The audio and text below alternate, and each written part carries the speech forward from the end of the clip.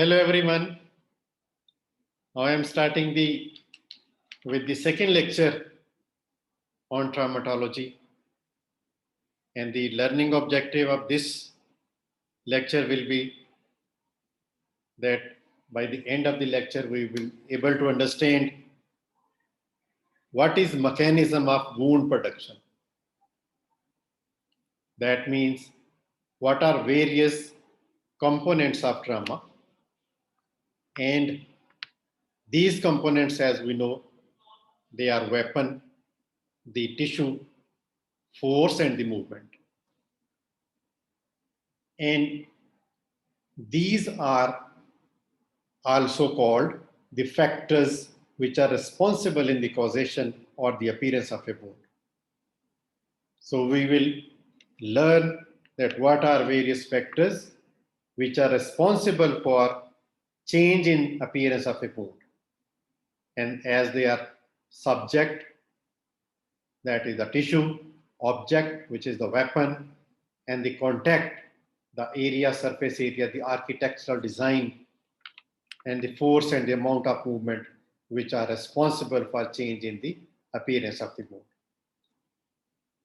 And we will start discussing how the weapon causes change in appearance, because every weapon has some intrinsic qualities in it. That means it may be lightweight, it may be heavyweight, it may be rough surface, it may be sharp edge. So the intrinsic quality of a weapon change the appearance of the wound. Then these intrinsic quality make a weapon a blunt, a sharp edge, or firearm. Similarly, the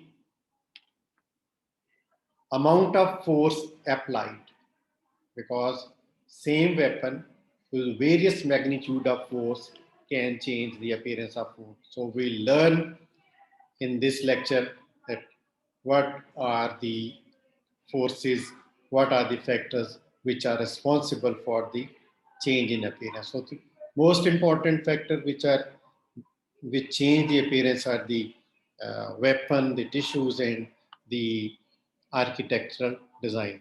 So these are the main learning objective. Now starting with the lecture number 2, Bismillahirrahmanirrahim. The mechanism of wound production. These are basically components of trauma which are responsible in the causation of the wound. And there are three main components of trauma: the weapon, the tissue, and the force with the movement, that is movement.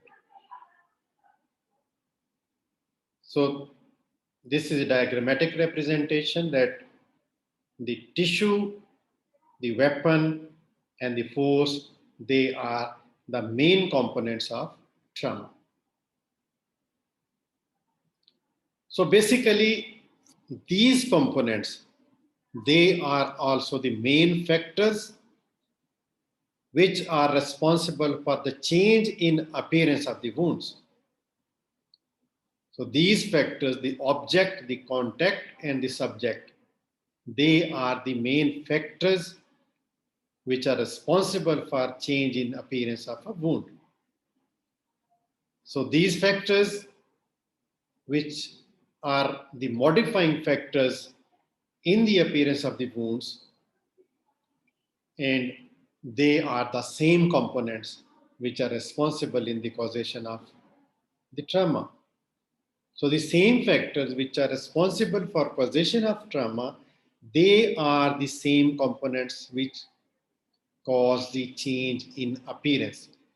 We will discuss in detail how they change in appearance by the components or the factors which are responsible. So these components or the factor responsible for the appearance of the wound are the weapon itself, that is the object, the tissue where it is going to strike the subject, and the force or the movement at a contact area, that is the third factor, the amount of force, the magnitude of force. So these are the main factors which are responsible for change in appearance of the wound. So first, the weapon. When we study the weapon or the object which is responsible for causing wound, there are certain factors within the object. Within the weapon, there are certain factors which can change the appearance. And these are the intrinsic quality of the weapon itself, the amount and the quantity of force dissipated, that means per unit surface area of the body, how much amount of force is dissipated, and then velocity or the movement of the weapon. So regarding the intrinsic quality of a weapon or object, every object or weapon has certain intrinsic characteristics because these characteristics are going to transfer to the tissue in the form of trauma. Like the weight, mass, and the size. Then the surface, which is smooth or rough, or it is sharp, and its margin, angles, which may be rough, sharp, pointed, or any characteristic. So these intrinsic qualities within a weapon which make a weapon certain characteristics which are responsible for change in appearance. So these are the intrinsic quality which are responsible for change in appearance. So they make the weapon a blunt weapon, a sharp-edged weapon, or a firearm. Just a few examples. So these intrinsic qualities make a weapon blunt, sharp, or a firearm.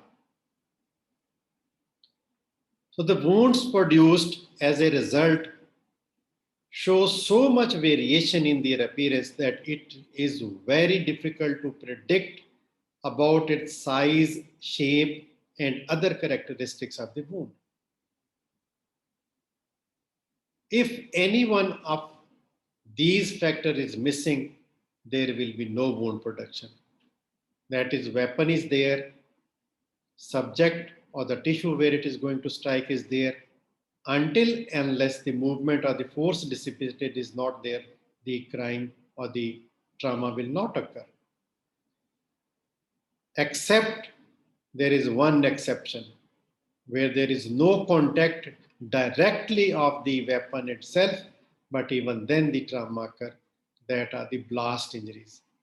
The blast is happening somewhere else, but directly the weapon is not coming in contact with the body or the tissues.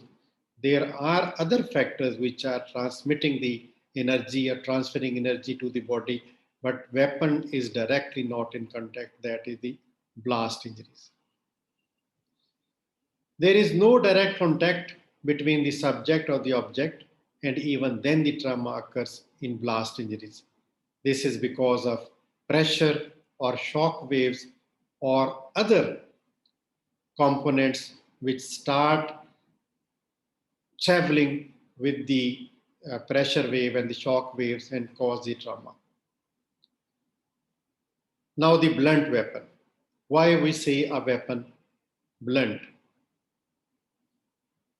A blunt weapon may be a brick, a stone, a wooden stick, a metallic stick, or a metallic rod. In the case of blunt weapon, the area of impact is wider and damage caused per unit is less as compared to a situation where the force is applied at a single point or a single edge, because broader surface of the object or the weapon is striking, thereby per unit area the dissipation of energy is less as compared to the other weapons. So there will be tearing and crushing of the tissues. and the wound produced is either a lacerated wound, a bruise, or abrasion.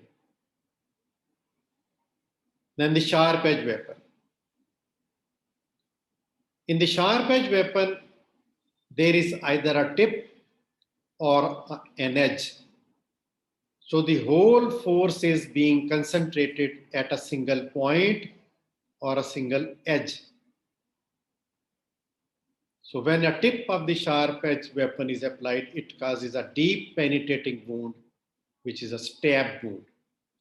And the depth is more than the length of the injury apparently. And when the edge of the sharp weapon is applied, moved across the tissues, it causes a clean cut cleavage of the tissues and an incised wound is produced where the length is more than the depth. Now the firearms.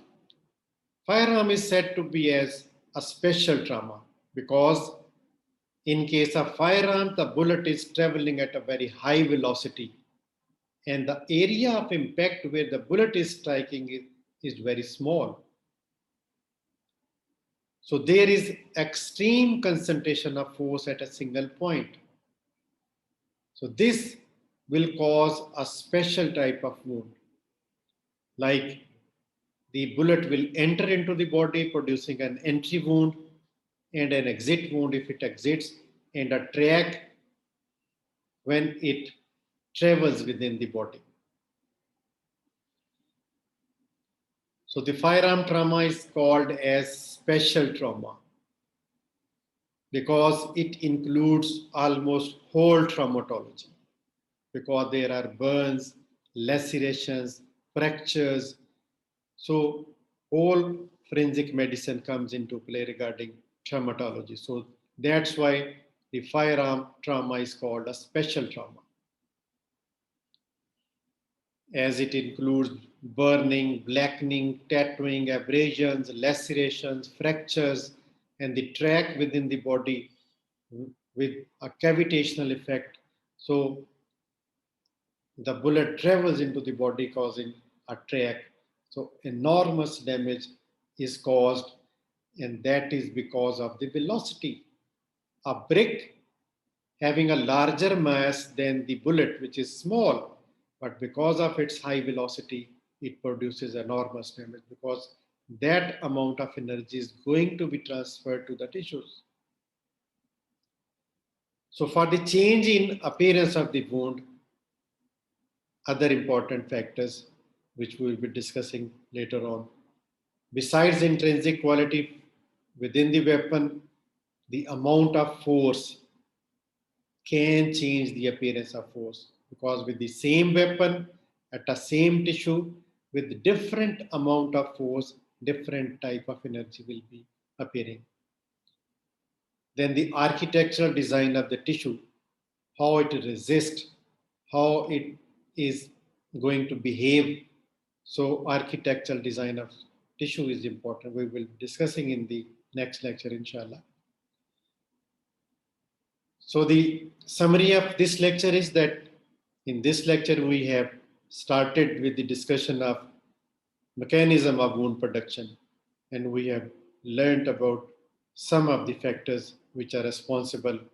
They are the components of trauma, and these components are also the factors which are responsible for the change in appearance of the wound, that is the weapon, the tissues, and the force and the movement. So we have discussed and learned various factors which change in appearance of the wound, like the subject, the tissue itself, the architectural design we will discuss in the next lecture, the object, the weapon itself having intrinsic quality, making it blunt or sharp edge or a firearm, then the contact, the force and the amount of energy which is going to be transferred. And we have learned the qualities, intrinsic qualities of a weapon, which make a weapon a blunt, sharp edge, and the architectural design of the tissue, which change the appearance.